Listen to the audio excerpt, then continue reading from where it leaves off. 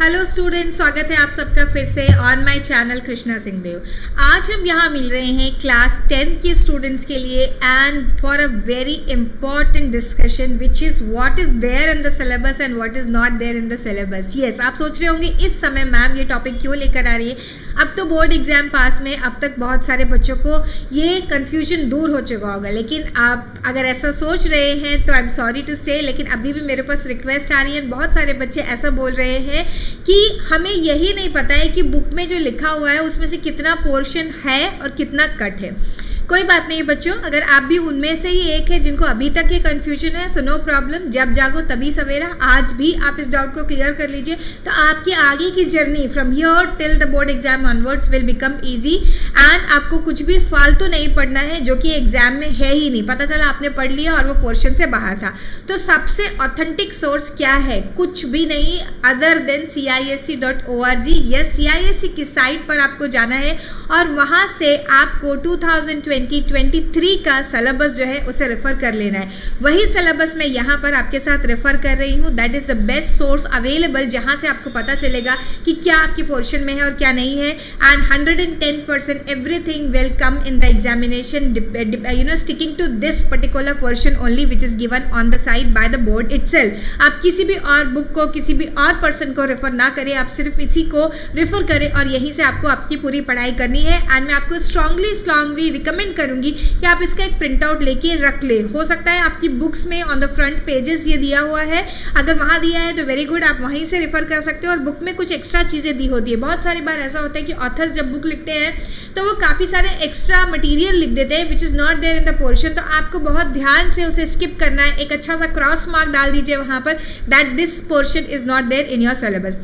तो स्टार्ट करते हैं इकोनॉमिक्स के पोर्शन से। आज हम लोग मिल रहे हैं इकोनॉमिक्स के पोर्शन के लिए। इकोनॉमिक्स में क्या है पोर्शन में और क्या नहीं है। तो सबसे पहली जो यूनिट है आपकी प्रोडक्टिव मैकेनिज्म, इसके अंदर आता है land, labour, capital and entrepreneurship. यहाँ पर आप देखेंगे कि लैंड के अंदर सबसे पहले फैक्टर्स ऑफ प्रोडक्शन में land, labour, capital, entrepreneur and the impact on the production structure in an economy, ये है आपके पोर्शन में। उसके अंदर लैंड आता है, लैंड की meaning, characteristics, productivity of land and meaning only. ठीक है, इन सब की मीनिंग है and factors affecting the productivity of land है। इसके अलावा कुछ नहीं है।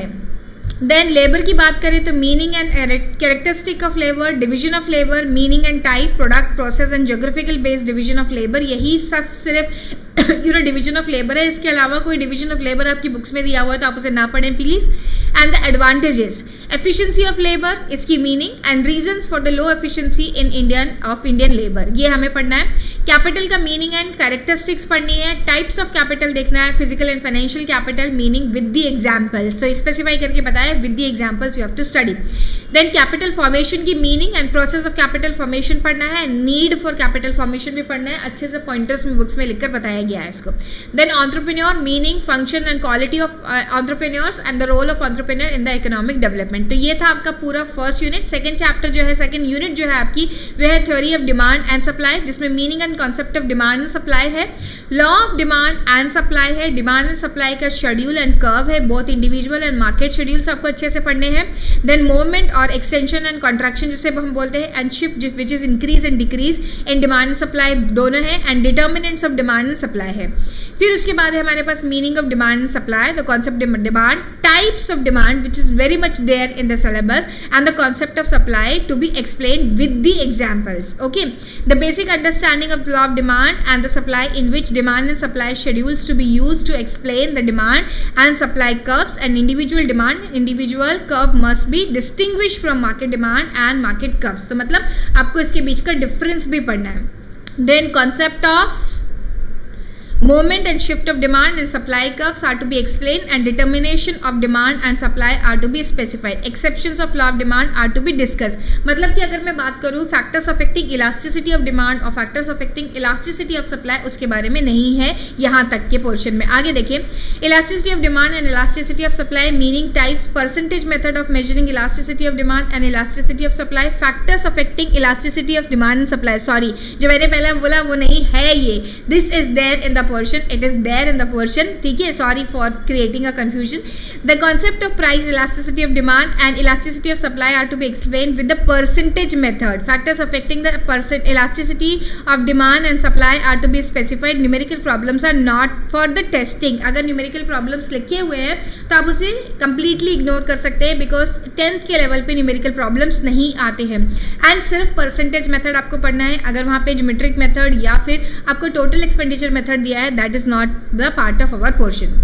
उसके बाद चलते हैं नेक्स्ट यूनिट के ऊपर जो है meaning and types of market. Market का जो यूनिट है इसमें meaning and types of market है, जिसके अंदर आपके पास perfect competition, monopoly, monopolistic competition, oligopoly, ये सब है. लेकिन इन सब की सिर्फ मीनिंग्स है एंड इसके अंदर meaning of and with the example a brief understanding of features of the different types of markets along with the differences.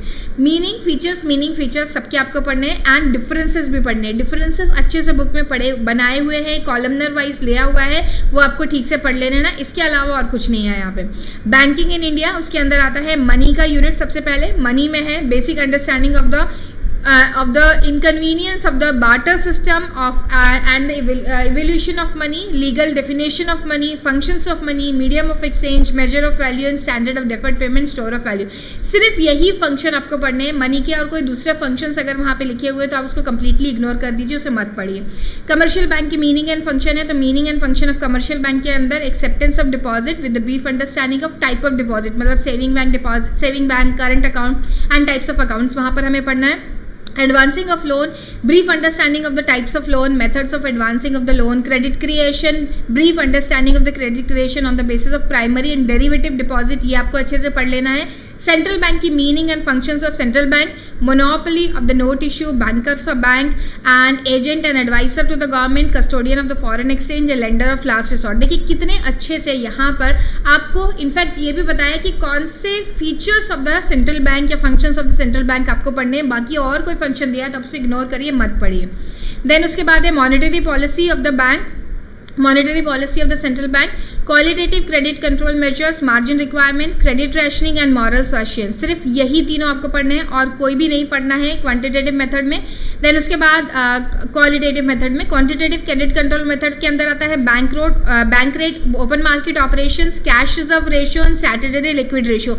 Only these 3-4 आपको पढ़ने हैं, उसके अलावा के जो भी है वो आपको नहीं पढ़ने हैं. देन उसके बाद है डिमोनेटाइजेशन, ब्रीफ अंडरस्टैंडिंग. देन बस उतना ही है. उसके बाद पब्लिक फाइनेंस है, meaning of public finance, sources of public finance and उसके बाद टैक्स रेवेन्यू. टैक्स में डायरेक्ट टैक्स है, मीनिंग, मेरिट्स एंड डीमेरिट्स सब इसका पार्ट है. Indirect tax, meaning, merits and demerits, difference between direct tax and indirect tax is a part of your question. Then goods and service tax, meaning and objectives आपको पढ़ना है. Progressive, proportional, regressive and degressive taxes, meaning only has to be studied. Okay. Then यहाँ पर non tax revenue है, meaning with the example. Public expenditure है, meaning of public expenditure, revenue and capital expenditure with the example, reasons for the growth of public expenditure in India. Then public debt का chapter है.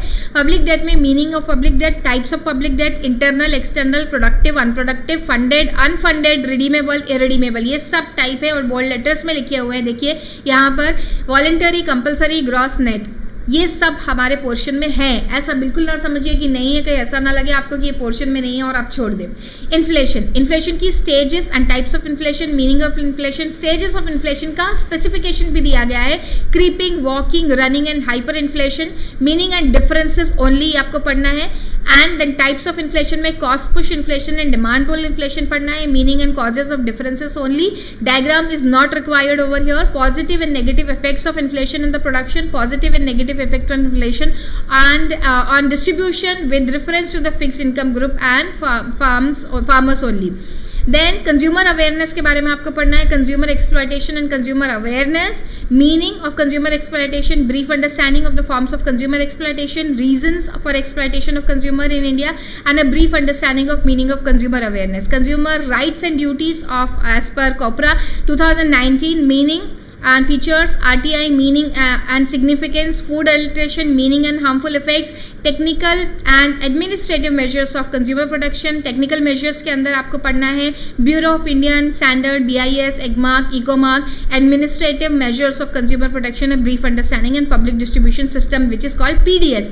ये सब है हमारे portion का part students. तो सिर्फ आपको इतना ही पढ़ना है, इससे ज़्यादा कुछ नहीं, इससे कम कुछ नहीं.